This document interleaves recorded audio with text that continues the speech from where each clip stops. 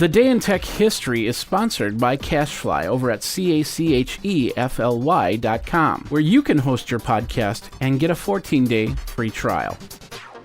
Jeffrey Powers here. I welcome you to the Day in Tech History, a full rundown of technology history 7 days a week. Subscribe to the show via iTunes, Stitcher, or download right from dayintechhistory.com.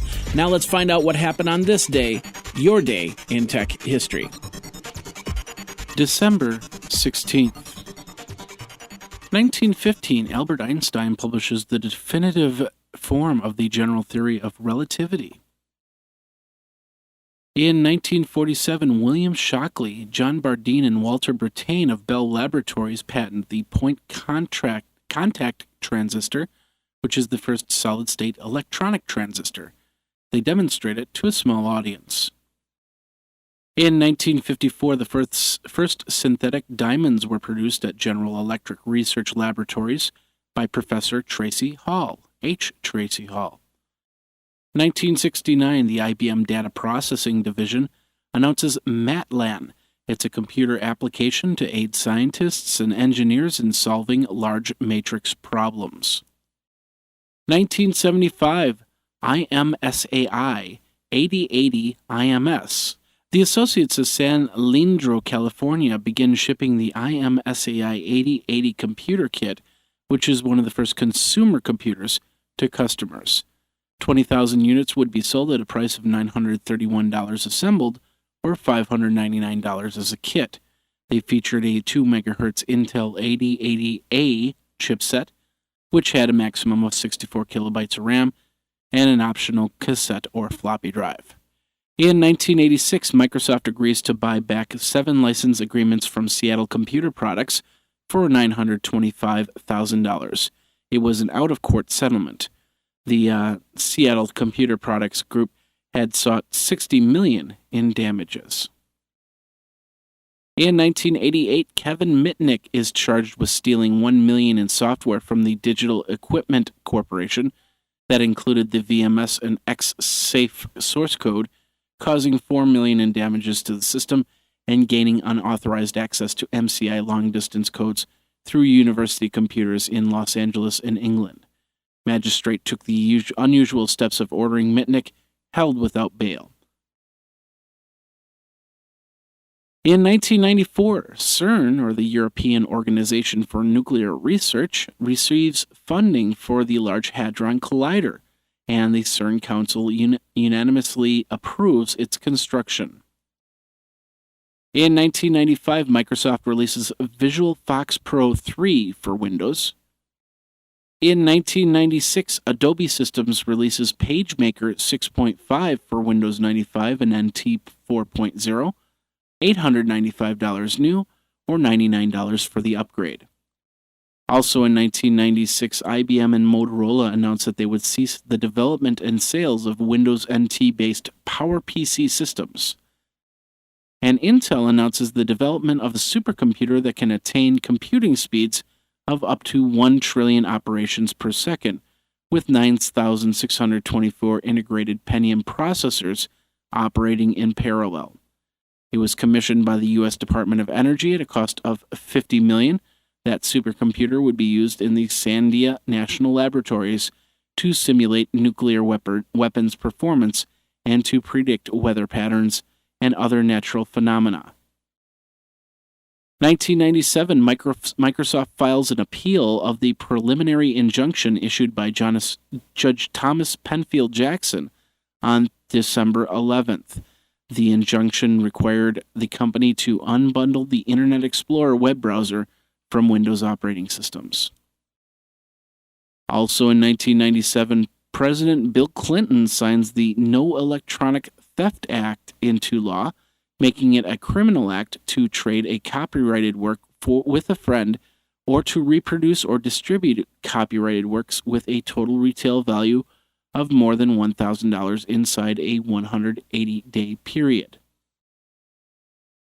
Also, the website of Huntington National Bank was hacked and defaced by SO10, Helix, XFly, and ModeX. 1998, Iomega brings shipping click removable storage drives. The United States Missile Defense System, North America Aerospace Defense Command, or NORAD, completes the first phase of extensive computer upgrades in the Cheyenne Mountain underground bunker. If you love the Day in Tech History, then I encourage you to join my Patreon movement over at patreon.com/geekazine. Your contribution keeps the lights on and more Day in Tech History episodes available. Pledge as little as $1 a month or $12 a year for 365 days of podcasts. Add to that all the content from geekazine.com, morninggeeks.com, and other shows that I produce. That's over at patreon.com/geekazine. Now let's get back into your Day in Tech History. 2003, Pepper Computer released the Pepper Pad, which is a mobile computer with internet capability that doubled as a handheld game console in the United States. It featured a 533 MHz AMD Geode LX800 CPU, 256 megabytes of RAM, 20 or a 30 gigabyte hard drive, SD-MMC flash memory slot, and a 7-inch LCD touchscreen, with Bluetooth 2.0 and Wi-Fi connectivity. Also in 2003, version 0.5 of Desktop Light Linux, or DELI Linux, was released. 2004, Apple sold its 200th millionth song on iTunes Music Store to Ryan Aleckman of Massachusetts. He downloaded the complete U2 album. Also in 2004, Microsoft acquired Giant Company Software, which was the developer of Giant Anti-Spyware. And Symantec and Veritas Software announced plans for a merger. It was a $13.5 billion purchase of Veritas and would be the largest acquisition in the software industry in history. 2005, Google released a version of Gmail for mobile devices. 2008, Condé Nast closed this teen site Flip.com. The Palm Free App Store was released. It was a store for all Palm phones running Windows Mobile and Palm OS. Also in 2008, because of his health, Steve Jobs backed out of a 2009 Macworld and also announced that after 2009, Apple would not be returning to Macworld. Google Maps adds YouTube to them, and legal experts tell people that they could possibly get served via Facebook. They also warn people that if you say it on Facebook, on your Facebook message wall, it might get subpoenaed. And in 2010, Microsoft Hotmail did an update that would interact contents of the HTML email. With the update, you could actually surf inside your email window. And Yahoo announced that it would be shutting down the websites Yahoo Buzz, alltheweb.com, Yahoo Pics, AltaVista, Delicious.com, MyBlogLog, and a series of services would get remerged into Yahoo. The day after the announcement and public outcry thereof, Yahoo amended the statement by saying Delicious was actually for sale. And that's your Day in Tech History. My name is Jeffrey Powers, www.dayintechhistory.com. You can follow me on Twitter over at DayInTechHist, or you can check out the full show notes over on the wiki page. Until tomorrow, take care.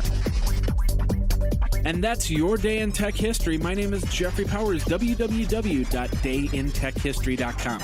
All the show notes are over at wikizine.com, Geekazine's wiki. And of course, you can like the Facebook page and follow Twitter at Day in Tech Hist.